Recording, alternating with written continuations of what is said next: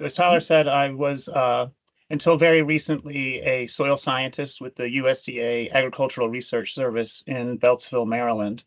And nevertheless, I'm glad to have this opportunity as a private citizen, if you will, to talk to you all today about optimizing cover crops and manure management in diverse cropping systems. And specifically, I'm going to talk about how long-term cropping system management that includes legume cover crops and forages coupled with poultry litter builds soil fertility and reduces the need for additional nitrogen inputs and the associated potential environmental impacts. And while cover crops are really the main focus of my talk today, I'm also going to share some research results that compare the effects of legume cover crops and forages as part of diverse cropping systems on nutrient availability and the risk for loss. Advance. There we go. But first, I really want to start off by providing some context to help to illustrate why our group in Beltsville, along with other researchers in the Mid-Atlantic, really began investigating practices that help to optimize cover crops and manure management nearly 30 years ago. So Maryland and Delaware are very small states, as you may know, but we have a very large poultry industry situated on the Delmarva Peninsula, and they produce hundreds of millions of birds per year. And as you can see from this map, there are really few areas in the country with this density of production in such a limited land area. And cropland on the Delmarva is some of the most productive in our state, and in Delaware, is in the entire state. And it's as intensively managed as anywhere in the Midwest. And much of the poultry litter produced by all those birds is used to fertilize grain crops, which are primarily grown for poultry feed.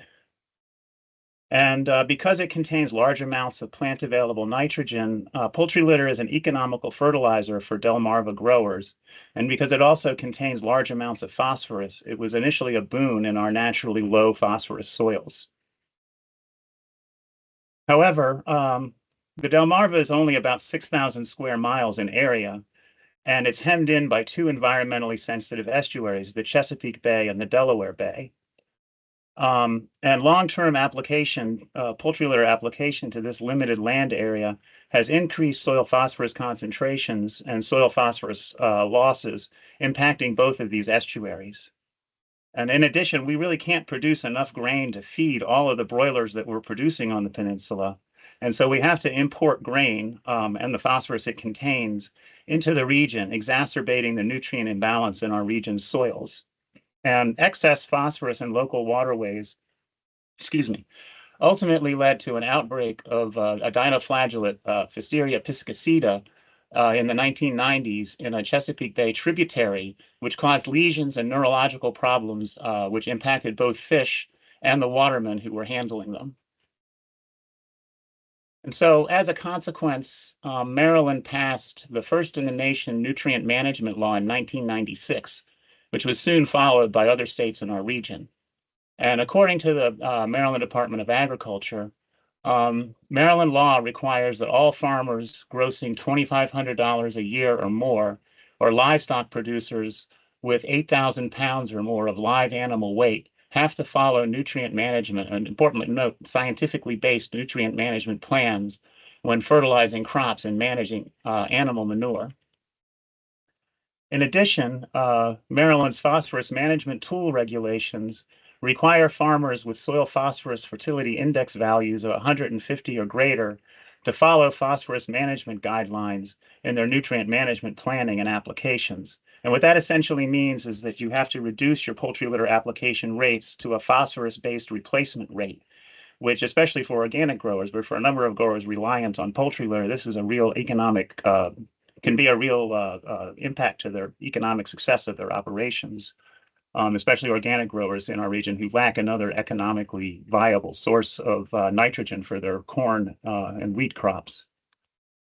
However, it's not all regulations. To further help manage agricultural nutrient loss, Maryland also implemented its cover crop incentive program, which helps to encourage farmers to plant cover crops by defraying the cost of cover crop planting and management. And in 2024, subsidies ranged from a base of $35 an acre and increased up to $180 an acre for additional practices such as early planting and late termination, using a rye, a triticale, or a multi-species mixture as a cover crop, or growing cover crops after small grains, as most of the cover crops planted in Maryland currently follow corn, and growers primarily use winter wheat seed because of it's much more economical compared to rye seed in our region, as well as allowing livestock to graze the cover crop. And Delaware has a similar program. I'm not as familiar with its details. But consequently, both states have the highest rate of cover crop adoption in the country. For example, last winter, about a quarter of all cropland in Maryland was cover cropped. And because of these factors, there's really long been a strong interest in optimizing cover crop and manure management in our region. And because our research group works with organic farmers who are really reliant on legume cover crops, on forages, and organic inputs for fertility, the focus of our work has long been optimizing these inputs to support yields and promote soil health while minimizing nitrogen and phosphorus, excess soil nitrogen and phosphorus, and then risk for nutrient loss. And so today I'm going to talk about the importance of appropriate cover crop species selection to balance these goals. Let me start my timer here because I will ramble on too long. To balance these goals, as well as the effects of long-term cover crop and forage on poultry litter inputs on soil organic matter, nitrogen availability, and nitrogen input requirements in long-term grain cropping systems. So while organic sources of nitrogen have the potential to contribute more to soil health and provide more ecosystem services than mineral fertilizers, there's really been limited research on manipulating the 4Rs, right? That's the right source, the right rate, the right timing, and the right placement to improve their efficiency. For example, legume cover crops and forages fix atmospheric nitrogen, but rapid mineralization following termination can release that nitrogen prior to crop needs.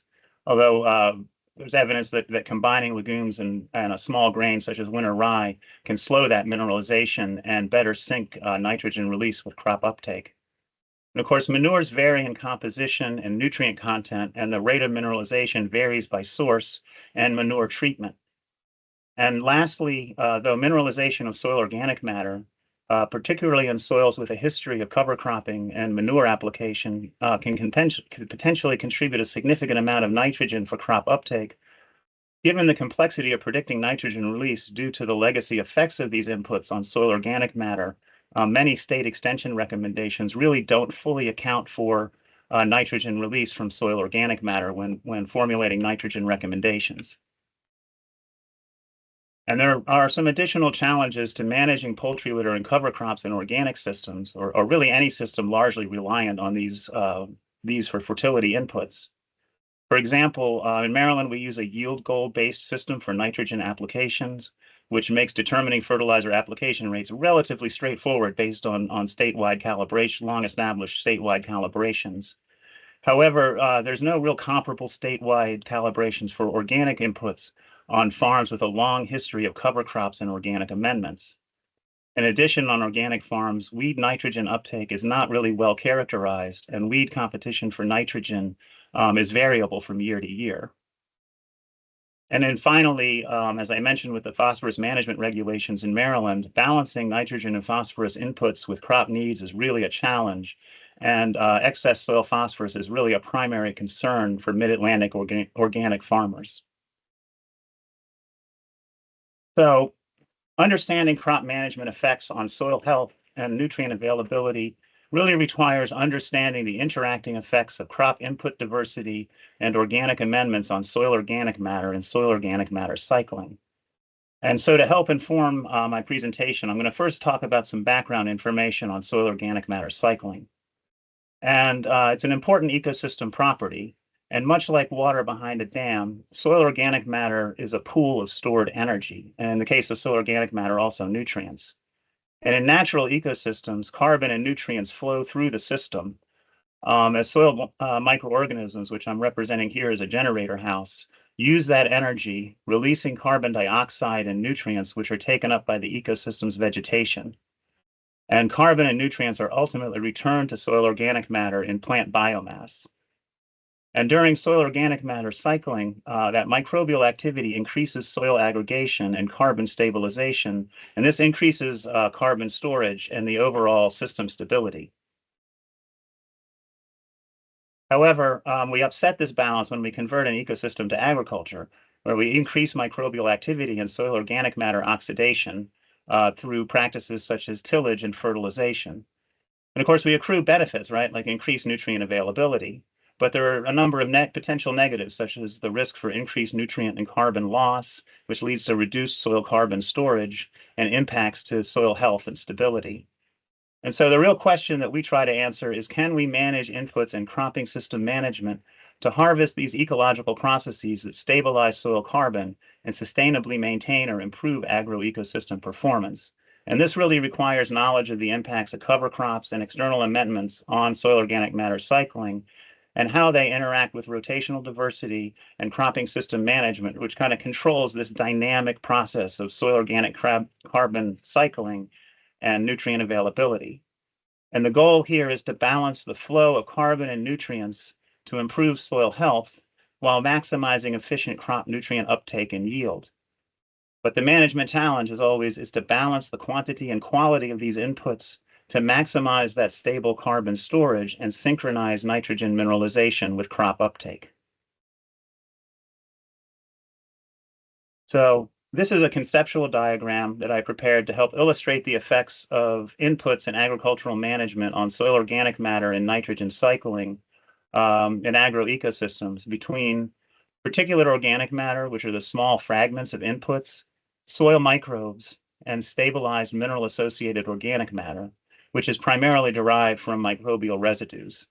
So first, we have here a typically conventionally managed system where these small fragments of resistant crop residues with a high carbon to nitrogen ratio, so they don't contain very much nitrogen, contribute to a relatively small particulate organic matter pool, which is inefficiently used by the microbial biomass. And because nitrogen is limiting microbial growth, this activity releases only small amounts of plant available nitrogen, and the excess carbon is used really inefficiently, which results in increased carbon dioxide losses and a limited amount of carbon available to be stabilized within the mineral-associated organic matter pool. And because these large fertilizer applications may be necessary, this results in large pools of inorganic nitrogen, which can be subject to leaching or nitrous oxide losses. So by using cover crops and organic amendments, we can reduce or eliminate fertilizer inputs and increase the size of the particulate organic matter and mineral or microbial biomass or soil microorganism pools. And these are readily degradable amendments with a low carbon to nitrogen ratio, which leads to greater plant available nitrogen mineralization and reduced carbon dioxide losses, which will ultimately make greater contributions to mineral associated organic matter and soil health. But the challenge here is to match nitrogen release from these amendments with crop uptake. And finally, after long-term management with these amendments, we can increase both particulate organic matter and the mineral-associated organic matter pools and overall plant available nitrogen availability. So theoretically, external inputs can be reduced in response to this increased soil nitrogen availability. And the question is really, to what extent can we reduce these external amendments and rely solely on cover crops to maintain soil organic matter pools and maximize nitrogen use efficiency? And this is really a challenge because we have limited knowledge of the interacting effects of input quality and agroecosystem management on soil carbon and nitrogen cycling. So nitrogen availability is an emergent property of healthy soils as plants compete with microbes for nitrogen from multiple small pools. And my purpose in including this complicated figure is really not to make you all cross-eyed, but to emphasize the complexity of all of these processes which affect nitrogen availability, which arise from the dynamics I illustrated on the previous slides, such as here we have root exudate stimulation of microbial activity, which releases nitrogen from particulate organic matter, or the stimulation of microbial enzymes, which release nitrogen from that mineral-associated organic matter. as well as nitrogen release from microbe predation and root and mycorrhizal access to nitrogen contained within soil aggregates. And the take-home message here really is that healthy soils create multiple pathways for plant-available nitrogen acquisition, reducing fertilizer requirements and the needs to maintain those large pools of inorganic nitrogen, which in turn helps to increase the overall system resilience and productivity. So now I'd like to turn to two examples from my research within long-term cropping systems that helps to demonstrate the importance of balancing cover crop species and organic matter inputs with cropping system management intensity and crop rotational diversity that help to improve soil health and nutrient availability. The Salinas Organic Cropping System study was established in 2003 on a coarse loamy sand soil. Here they study the use of high value vegetable crops, which are grown intensively with multiple rounds of deep tillage and high rates of poultry manure-based fertilizer application. And these are really not conditions conducive to promoting soil health. And so to counteract these impacts, growers often apply compost at high rates, and they infrequently plant legume rye cover crop mixtures. And so the annually planted cover crop treatments in this experiment test improved management practices. And the treatments consisted of the effects of compost application, the effect of increased cover crop planting frequency, and the effect of different annually planted cover crop types on soil carbon and nitrogen availability. So as a scientist, I prefer to tell stories with data and graphs, and I know there's a lot going on with this figure and some of the others that I'll probably share with you. So I hope that you all will bear with me. And I'm also sorry that the data on these graphs are in metric units, but when I give examples, I will do conversions to more familiar common units for context. So here for the study, I compiled all the carbon and nitrogen inputs from crop residues, cover crops, compost, the transplant potting mix, and organic fertilizer. And for our discussion here, I'm going to highlight the inputs from compost and cover crops.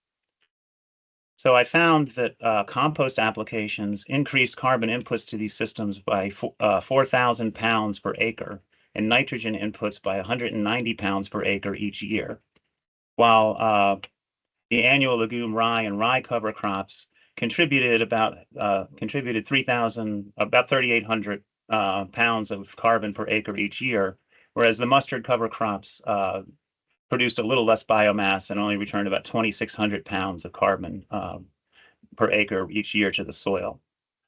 And residual soil nitrogen recovered in these annually planted cover crops returned 116 pounds of recycled nitrogen per acre in biomass, while legume nitrogen fixation here added an additional 46 pounds of nitrogen per acre in that annually planted legume rye cover crop annually. And these crops also increase soil organic carbon and nitrogen storage. So because it was applied at very high rates, compost had the largest effect on total carbon and total nitrogen stocks. So the total amount of carbon contained within an acre of land to a depth, in this case, of 12 inches, increasing them over 8 years by nearly 7,900 and 5,900 pounds per acre, respectively. While annual cover cropping increased total carbon stocks by a little under 2,800 pounds per acre, additional 2,800 pounds per acre, and soil nitrogen stocks by more than 2,400 pounds per acre compared to infrequent cover cropping, regardless of the species. And I found that the increasing frequency of cover crop planting had a significant effect on soil organic carbon quality and measures of soil health, while in contrast, compost application had a more moderate effect. And I assessed the effects of cover cropping frequency and type on microbial carbon and nitrogen cycling by measuring changes in permanganate oxidizable carbon between years 0 and 6. And I used this permanganate oxidizable carbon, or POC, because it's a soil health measure that's really readily responsive to management. And it's also well correlated with other measures of soil health, such as microbial biomass carbon and nitrogen, as it was in this study. And what I found was that annual cover cropping with a legume rye or mustard cover crops more than doubled POC or permanganate oxidizable carbon relative to infrequent cover cropping with or without compost application. In contrast, I found that rye cover crops had a smaller effect on this measure of soil health. However, in all these cover crop systems, the increased soil health, increased lettuce and broccoli nitrogen uptake and yields, which mirrored nitrogen uptake, which I'm showing here, particularly in the annual legume rye system. And so the annually planted cover crops increased lettuce nitrogen uptake by 20 to 34 pounds per acre, and broccoli uptake by 36 to 64 pounds per acre, even though in the broccoli crop 3 months had passed since cover crop incorporation. So it would really appear that we've met our soil health goals here, right? And increased cropping system productivity by increasing the planting frequency of these legume rye cover crops. So I was really surprised, as the nitrogen balances here show, and this is the sum of nitrogen inputs in all those that I showed on the earlier slide, less the sum of all the nitrogen in the harvested crops, which were exported from the system. And here it illustrates that the rapid decomposition of that poultry litter-based organic fertilizer and compost, coupled with the decomposition of those readily degradable legume rye and mustard cover crop residues, really resulted in excess soil nitrogen following harvest and an increased risk of nitrogen loss. And though the legume rye cover crops increase nitrogen uptake and yield, though the legume rye cover crops increase nitrogen uptake and yield, legume nitrogen fixation resulted in surplus nitrogen in excess of crop export. And so despite having a smaller effect on soil health and on crop yield, only the cereal rye cover crop really reduced that nitrogen surplus, lowering the nitrogen balance relative to the other systems by increasing crop uptake and yield using recycled nitrogen from previous years. And these results really underscore the importance of understanding the interaction between cover crop species selection and cropping system management and how they affect soil organic carbon and nitrogen cycling. So now I'm going to turn to an example where differences in legume performance due to cropping system management factors and legume input quality interact to impact soil health and nitrogen availability. So the Farming Systems Project in Beltsville, Maryland, was established in 1996 to evaluate the agronomic, economic, and environmental performance of mid-Atlantic cropping systems. And the cropping systems differ by conventional versus organic management. And among the organic systems, they really consist of crop rotations of increasing rotation length and complexity. Now, the base rotation in all systems is a corn, cover crop, rye, soybean rotation. And in the conventional rotations, we follow soybeans with wheat and then double crop soybeans.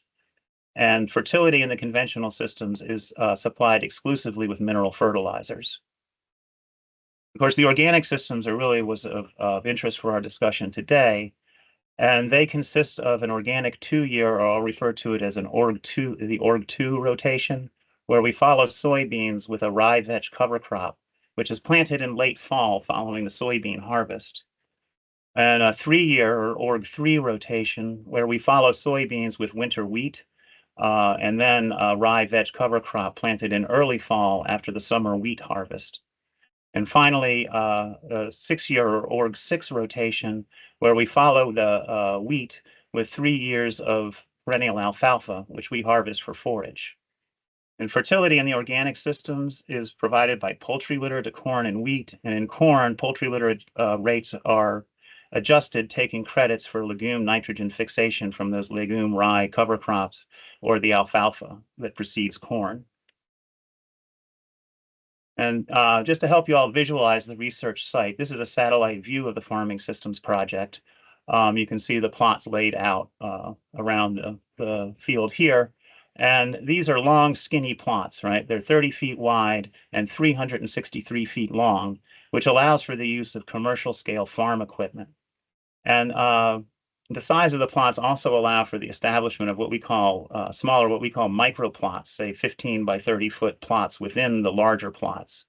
And with these plots, we can perform experiments, which I'll talk about today, where we modify factors of the larger experiment. For example, to investigate the effects of weeds, or reduce manure application rates, and assess how those management changes would affect the experimental cropping systems. Now, because soil phosphorus concentrations were very high at the start of the experiment in 1996, we take a conservative approach to poultry litter application by relying on legumes to provide a portion of crop nitrogen requirements. Excuse me. Consequently, we apply lower poultry litter rates compared to some organic farmers in our region, but it's still higher than a phosphorus replacement rate that one would typically use to draw down soil phosphorus, and that's due to uncertainty about nitrogen release, as I've discussed before, and its availability, as well as weed competition for nitrogen. And so, based on our anticipated vetch and alfalfa performance, our initial plan was to apply 2 tons of poultry litter per acre to the corn in all 3 systems and 2 tons per acre to the wheat in Org 3 and Org 6. And that means because of the differing rotation lengths, when averaged over all the years of each rotation, the shorter rotations would be receiving approximately 1.5 to 2 times the rate applied in the 6-year rotation, which creates a gradient of rotation length in poultry litter application. However, best laid plans, one of the first things we discovered was really the difficulty of establishing vetch in the late fall following a soybean harvest, and also that the vetch produced less biomass and fixed less nitrogen compared to vetch planted earlier in Org 3. And this figure really illustrates the amount of nitrogen fixed by vetch over the first 20 years of the experiment. And the first thing you can really note is the number of years without vetch at all in Org 2 due to winter kill or failed plantings in wet fall weather. And though in both systems, vetch performance was really quite variable from year to year. So in years in which we did have a vetch cover crop, Org 3 vetch fixed 49 pounds per acre more nitrogen than in Org 2. And so consequently, we had to increase the poultry litter application rate in Org 2 to account for this reduced vetch performance. And as a consequence of that, we wound up applying comparable amounts of poultry litter phosphorus to corn in Org 2 as we do to corn and wheat in Org 3. While Org 6 here, by this green line, poultry litter phosphorus inputs were lower due to the reduced frequency of corn and wheat in this longest rotation. In all cases, poultry litter phosphorus inputs exceeded the mineral fertilizer phosphorus replacement rates that we used in the conventional systems.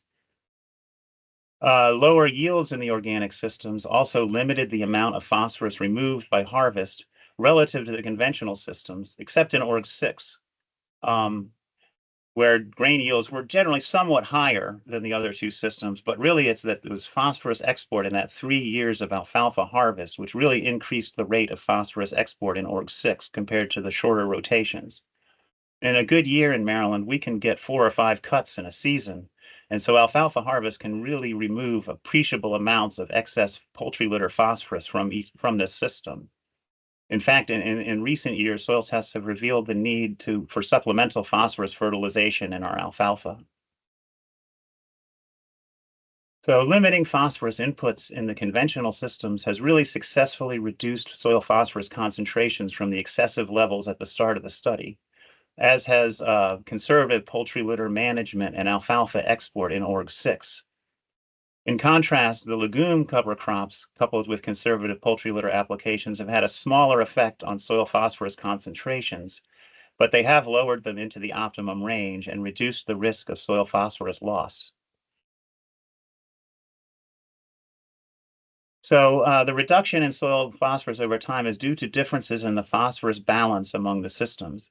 And this figure illustrates the surplus versus the deficit of applied phosphorus and versus phosphorus exported in harvest or lost through erosion. And in the shorter organic rotations, they run an average annual phosphorus surplus, which has resulted in cumulative phosphorus inputs that exceeded exports by 124 pounds per acre over the period from 2002 to 2014. In contrast, the conventional systems, Org 6 has a negative balance that helps to explain that greater reduction in soil phosphorus concentrations. However, if you remember from that earlier figure, phosphorus inputs were still greater than those in the conventional systems, and inputs and crop exports in org-6 essentially balanced one another out. So this negative balance here is a result of 62 pounds per acre of cumulative sediment-bound phosphorus loss due to erosion, due to tillage and cultivation during the grain phase of the rotation. So we're definitely improving our phosphorus balances, but we're still losing more phosphorus in these conventional systems because of that cultivation and soil loss from that. And that's pretty similar amongst all three of the organic systems, the rate of soil loss. So differences in rotational diversity among the systems also affect the quality of carbon and nitrogen inputs to the soil. In the shorter rotations, we can see there's much greater carbon inputs, and this is particularly from those high carbon to nitrogen ratio crop residues, resistant crop residues, primarily corn stover. And there's fewer overall inputs in org-6 due to the reduced frequency of corn in this rotation. In addition, we can see that increasing rotational diversity increases the proportions of inputs from readily degradable legume cover crops and forage residues. And because we harvest the alfalfa prior to incorporation, that greater legume carbon, the greater legume carbon inputs from alfalfa relative to vetch are comprised of alfalfa roots and crowns, and so they're really of a different quality than that vetch biomass. However, due to its lower carbon to nitrogen ratio, vetch nitrogen inputs exceeded those from alfalfa, and overall nitrogen inputs in the shorter rotations exceed those in the longer rotation. So differences in these annual inputs have also resulted in contrasting histories of legacy inputs. So here I'm illustrating the cumulative proportion of carbon inputs from crop residues, cover crops, and poultry litter over time. And we can see that the diversity of inputs increases with increasing rotation length, including a reduction in the proportion of inputs from low-quality residues like corn stover and an increase in those readily degradable poultry litter and legume inputs. Rotational complexity also increases the cumulative carbon inputs from legumes. So in org-2 and org-3, the cumulative inputs totaled 8,900 and 11,000 pounds per acre, respectively. But in org-6, cumulative carbon inputs from those alfalfa roots and crowns totaled over 7,600 pounds per acre more than those vetch inputs in org-3. And these differences in legacy inputs have a differential impact on soil carbon and nitrogen cycling.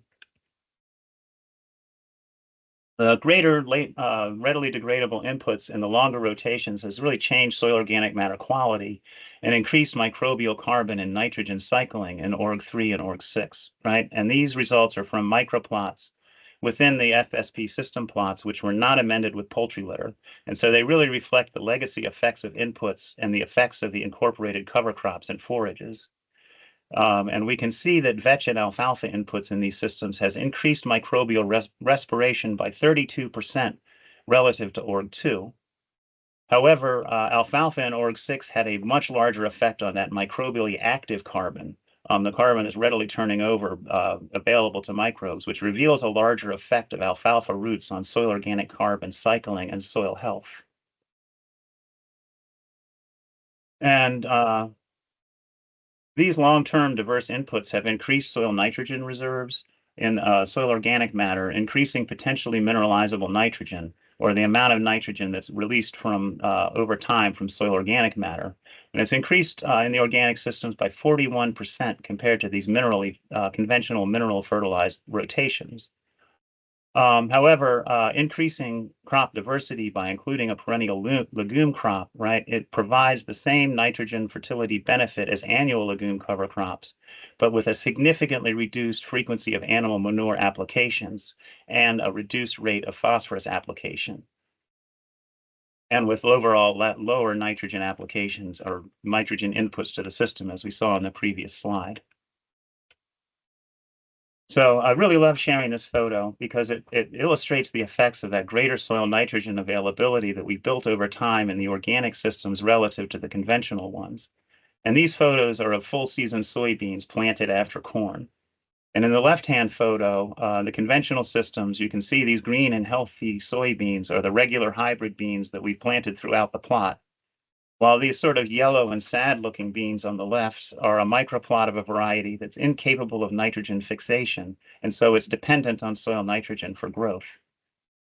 In contrast, in the right-hand photo of the organic systems, the non-nodulating beans are green and quite comparable to the regular nodulating soybeans in these plots.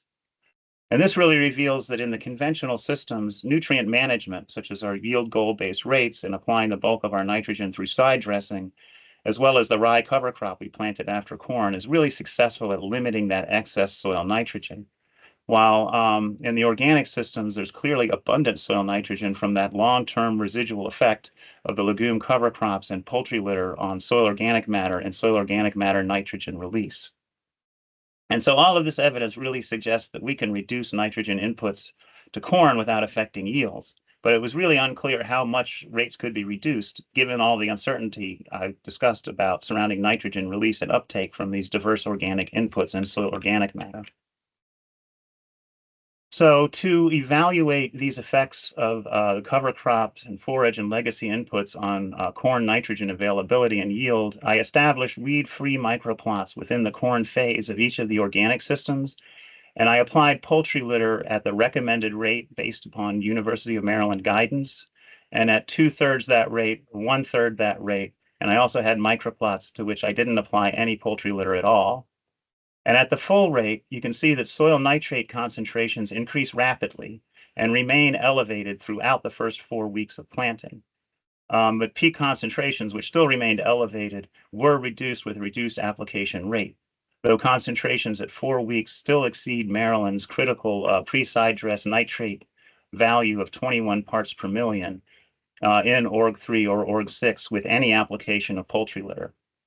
At the zero application rate, the no poultry litter application rate, we can see that N release from the soil organic matter was slower in the 2 and 3 year rotations, but soil nitrogen release remained relatively more rapid in ORG6, even without poultry litter application. And so the PSNT is used in Maryland to assess nitrogen availability in soils with a history of manure application prior to side dressing. So it's measured around V10. And above the critical value, really no additional nitrogen fertilization is required to meet yield goals. And so we found that as poultry litter plant available nitrogen application rate increased, predictably, as I showed on the last slide, soil nitrate concentrations increased. And in ORG2 and ORG3, the rate of poultry litter plant available nitrogen application resulted in excessive nitrogen concentrations, right? And that really reveals the additive effect of that applied poultry litter nitrogen on top of soil nitrogen release. While in ORG2, in the shorter rotation, we found that applications of less than 72 pounds of poultry litter plant available nitrogen per acre resulted in insufficient PSNT concentrations. So this figure is illustrating the effect of increasing poultry litter plant available nitrogen application rate on corn grain yield. And consistent with the PSNT results, I found that in ORG6, these green points in this green line here, corn grain yields did not increase with any additional poultry litter plant available nitrogen applied, which reveals that there's sufficient soil nitrogen release from those decomposing alfalfa roots and soil organic matter in this system.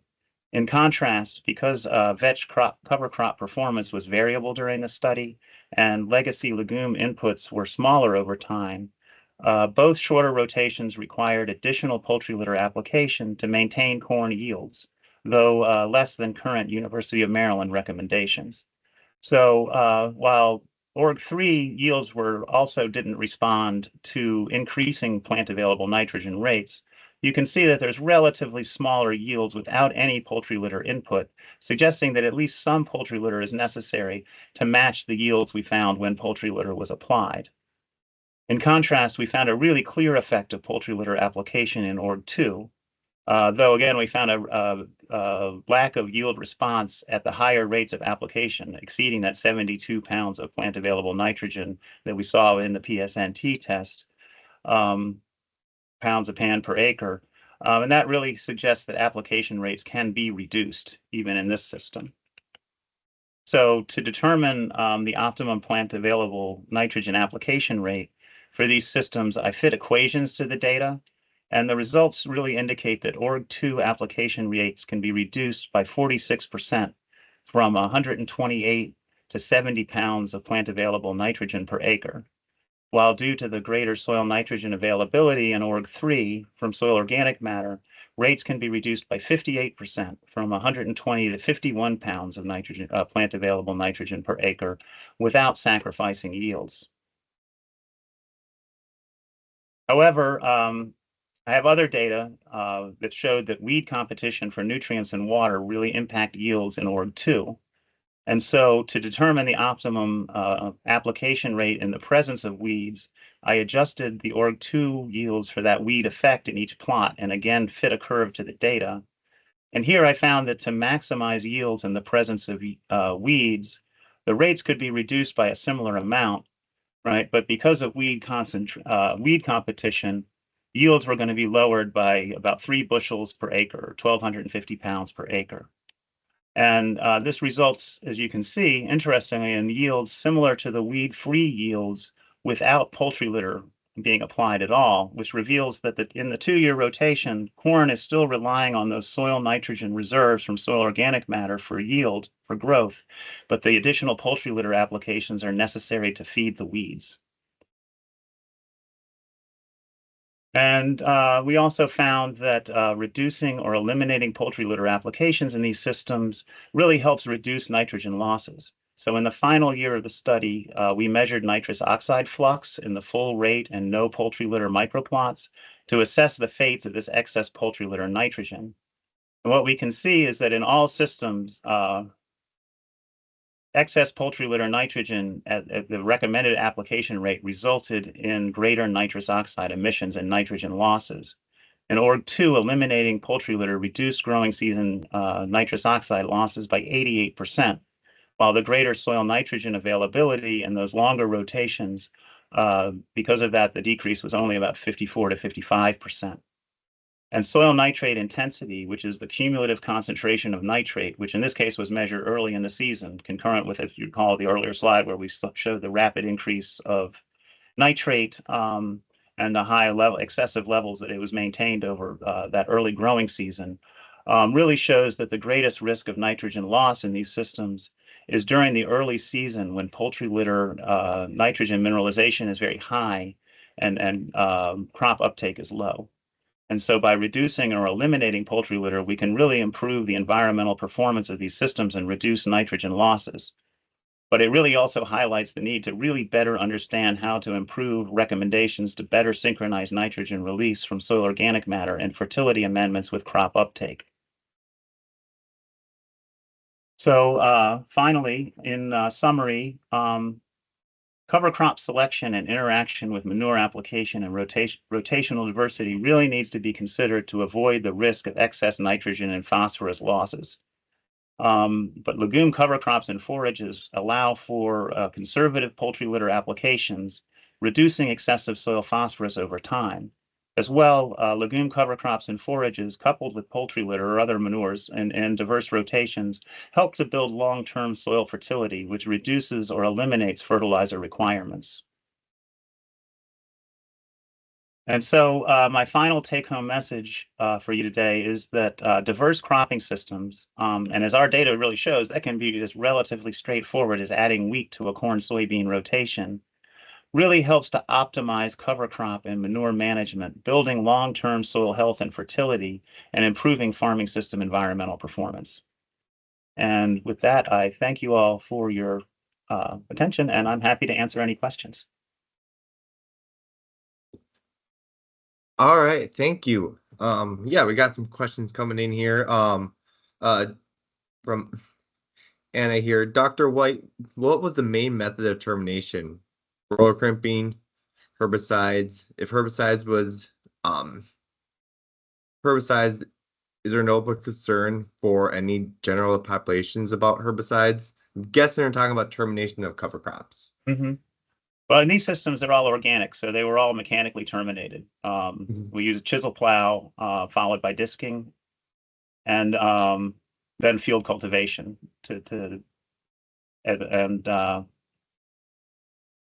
So I'm afraid I'm not as familiar with, because I work in organic systems, I'm not as familiar with herbicide termination of cover crops. So I'm not sure I can give a really good answer to the other Nope, part.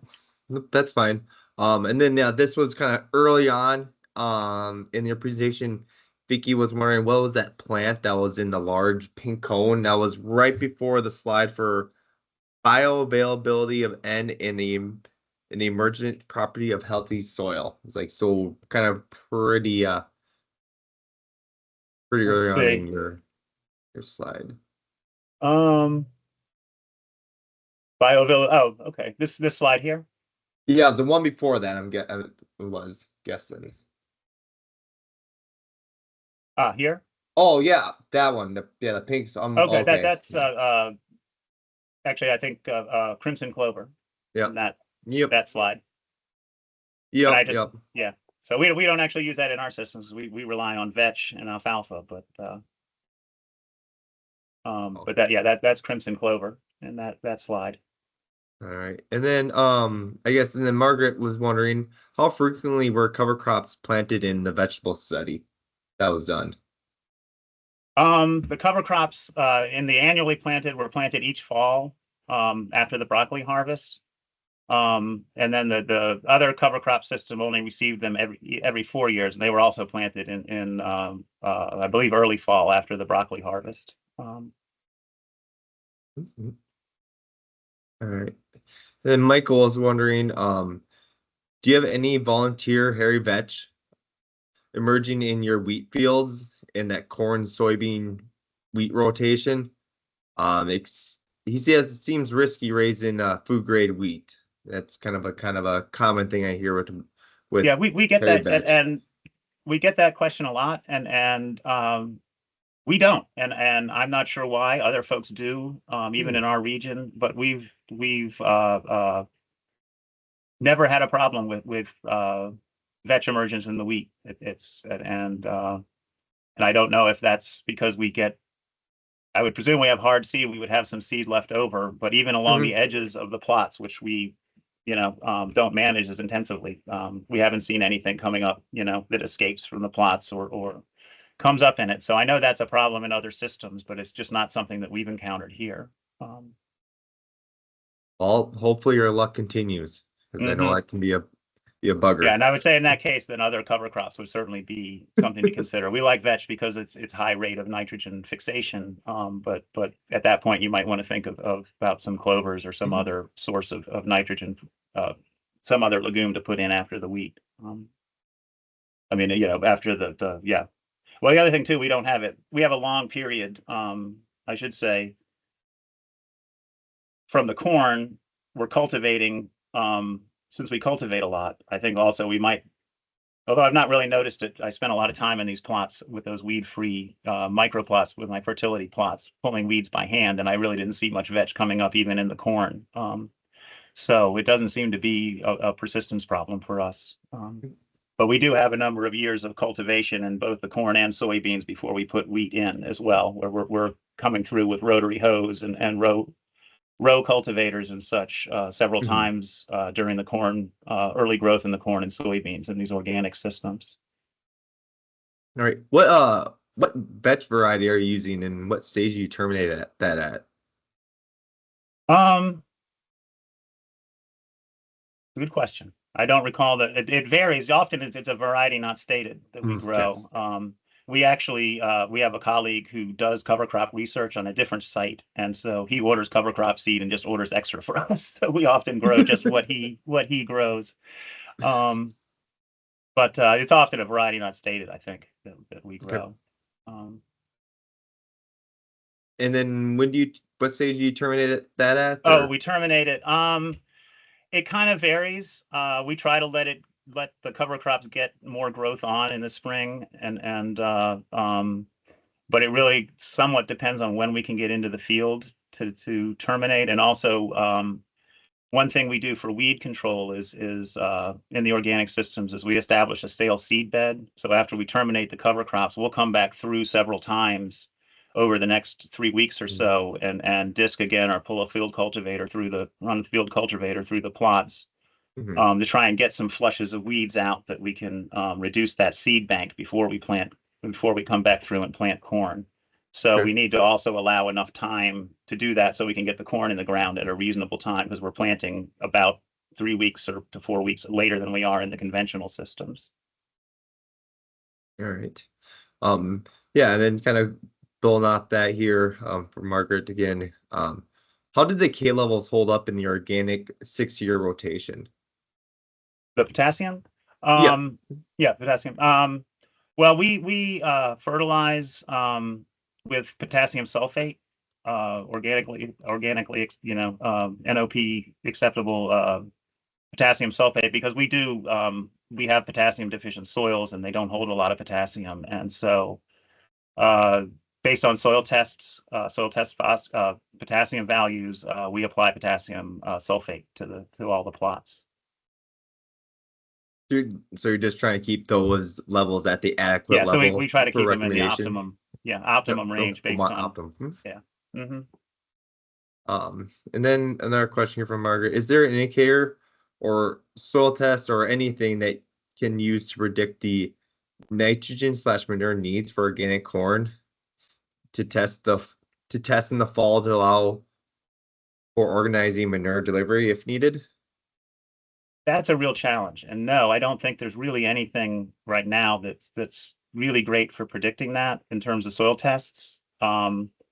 Say the PSNT is a great tool if you're able to side dress, but if you're an organic grower, it's not much help to you. So there's not a lot, and it's still a challenge to determine nitrogen manure application rates. In Maryland, we try to avoid applying them in the fall, but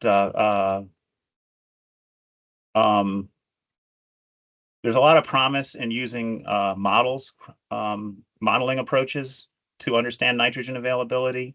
And there are some like AdaptN, I think, and MaizeN, I think, is another, and they're good tools.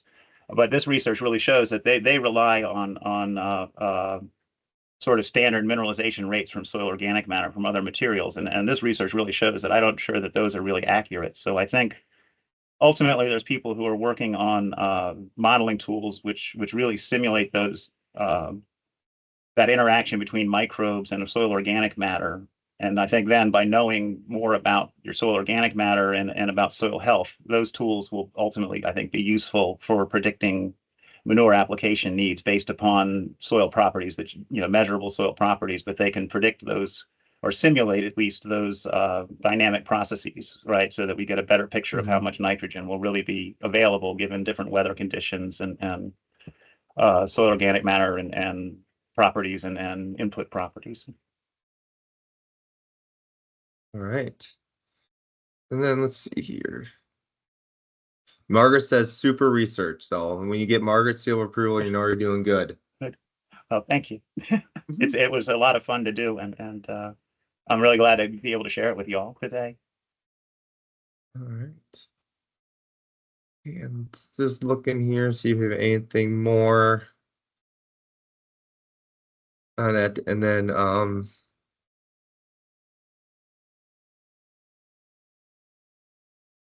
I guess one thing is what do you see as the biggest challenge you see in managing your what's the word I'm looking for? Sorry, I'm blanking here. Nutrient levels in an organic system. What's one of the biggest challenges you guys have come across and try to resolve? Being brand I'm here in southern Minnesota, haven't been out that way. So what's your guys' biggest challenge? Uh, Really, we're in pretty low organic matter soils compared to what y'all are used to. Like dramatically lower soil organic matter soils than y'all are used to. And so really, the biggest challenge in terms of fertility for us is really that managing that nitrogen, especially in the organic. I mean, not in the conventional systems. We've got, obviously but in the organic systems, the real challenge has been when we started out, we were doing soil testing. We were definitely nitrogen limited in these organic plots, right? And over time, as I showed, we don't know exactly how we built the soil organic matter to a point where it would supply enough nitrogen, right? And so the biggest challenge we've had is like trying to figure out how do we get to a point where we're no longer nitrogen limited. And now that we are, and we have excess, like the big we've shifted our, we've sort of shifted the big challenge. How do we get enough nitrogen in these systems? And now our big problem is how do we limit the amount of nitrogen that we have in these systems? So that's been the biggest challenge. I mean, phosphorus, we obviously was a huge challenge starting out, which we've sort of mitigated some, um, but it's I think in all systems, nitrogen is just a slippery thing to keep track of and predict and manage. So it continues to be a problem,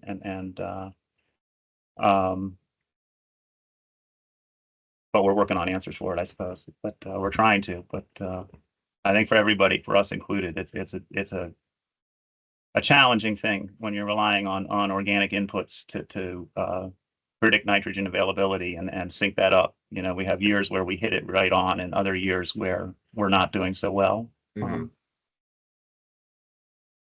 Yeah, it seems to be, as no matter what your organic level or what your soil, that's always seems to be the biggest, one of the biggest challenges that farmers face is nitrogen, managing that to make sure you have adequate or not too much. So it's a little happy dance there you gotta play.